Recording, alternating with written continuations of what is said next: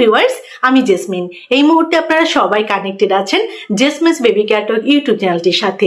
চলুন আজকের মূল ভিডিওটিতে যাওয়া যাক। আপনি যদি সন্তানকে ভালোবাসেন তাহলে আজকের ভিডিওটি শেষ পর্যন্ত দেখুন, কারণ এই 10টি বাক্য আমরা রাগে, অভ্যাসে বা না বুঝে বলি, কিন্তু গবেষণা বলছে এই কথাগুলো সন্তানের আত্মবিশ্বাস, আচরণ আর ভবিষ্যৎ নীরবে ধ্বংস করে দেয়। মারধর নয়, শুধু কথাই একজন শিশুকে ভেঙে দিতে পারে। আজকের ভিডিওটিতে আমরা জানব কোন 10টি বাক্য কখনোই সন্তানকে বলা যাবে না এবং তার বদলে কি বলবেন। প্রথমেই চলুন জানি কেন কথার প্রভাব এত শক্তিশালী। শিশুর মস্তিষ্ক 0 থেকে 12 বছরে কথার মাধ্যমে নিজের পরিচয় গঠন করে।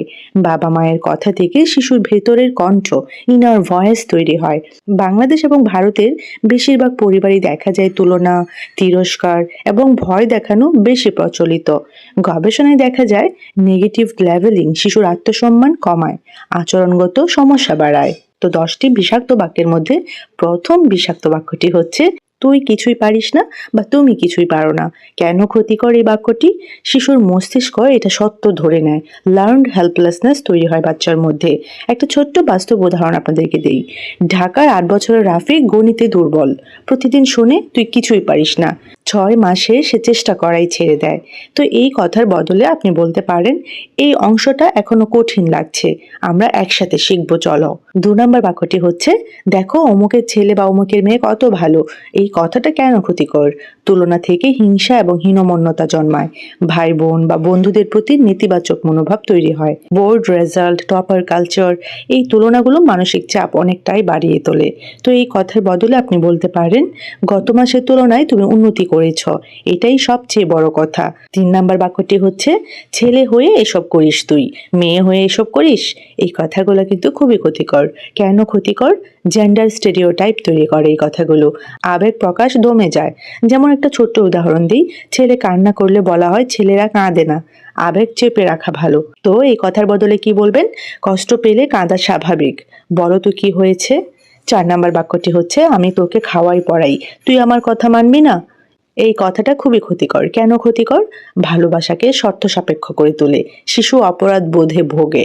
তো এই কথার বদলে আপনি বাচ্চাকে বলুন বা বলতে পারেন আমি তোমাকে ভালোবাসি, তাই তোমার জন্য এই নিয়মটা দরকার। 5 নাম্বার বাক্যটি হচ্ছে চুপ কর, বড়রা কথা বলছে।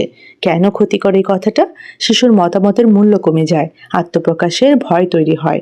এই কথার বদলে বলুন একটু অপেক্ষা করো, তারপর তোমার কথা শুনবো। 6 নাম্বার বাক্যটি হচ্ছে এত নাটক করিস কেন। কেন এই কথাটা ক্ষতিকর? শিশুর অনুভূতিকে অস্বীকার করা হয়, ইমোশনাল সেপারেশন তৈরি হয়। এই কথার বদলে আপনি বলতে পারেন তোমার অনুভূতিটা আমার কাছে খুবই গুরুত্বপূর্ণ। 7 নম্বর বাক্যটি হচ্ছে আমি যা বলি তাই কর। এই কথাটা কেন ক্ষতিকর? ক্রিটিক্যাল থিঙ্কিং নষ্ট হয়, ব্লাইন্ড অবিডিয়েন্স তৈরি হয়। এই কথার বদলে আপনি বলতে পারেন চলো একসাথে ভাবি কোনটা ভালো সিদ্ধান্ত। 8 নম্বর বাক্যটি হচ্ছে তোর কারণে আমার জীবন শেষ। এই কথাটা খুবই ক্ষতিকর। কেন ক্ষতিকর? শিশুর উপর বিশাল মানসিক বোঝা চাপায়, অ্যাংজাইটি এবং ডিপ্রেশনের ঝুঁকি বাড়ায়। এই কথার বদলে আপনি বলুন আমার কষ্ট হচ্ছে কিন্তু তুমি দায়ী নও এতে। 9 নম্বর বাক্যটি হচ্ছে তুই একদম অলস। এই কথাটা কেন ক্ষতিকর? লেভেলিং শিশুকে সেই চরিত্রই আটকে দেয়। এই কথার বদলে আপনি বলুন এই কাজটাই তুমি একটু সময় নিচ্ছ, আমি সাহায্য করছি তোমায়। 10 নম্বর বাক্যটি হচ্ছে তুই কখনো মানুষ হবি না। কেন সবচেয়ে ভয়ঙ্কর এই কথাটা? শিশুর সেলফ ওর্থ ভেঙে দেয়, আজ্ঞাবহ বা বিদ্রোহী দুটোর একটিতে ঠেলে দেয়। তো এই কথার বদলে আপনি বলুন তুমি ভুল করেছ কিন্তু তুমি খারাপ নও। সন্তান আপনার কথায় বড় হয়, আপনার হাতে তার ভবিষ্যৎ। আপনি যদি আজ থেকে কথা বদলান আপনার সন্তান নিজেই বদলে যাবে। মারধর নয়, চিৎকার নয়, শুধু শব্দ বদলান। ভিডিওটি যদি উপকারী মনে হয় একজন বাবা মায়ের সাথে শেয়ার করুন। কমেন্টে লিখুন কোন বাক্যটা আপনি আজ থেকে বলা বন্ধ করবেন।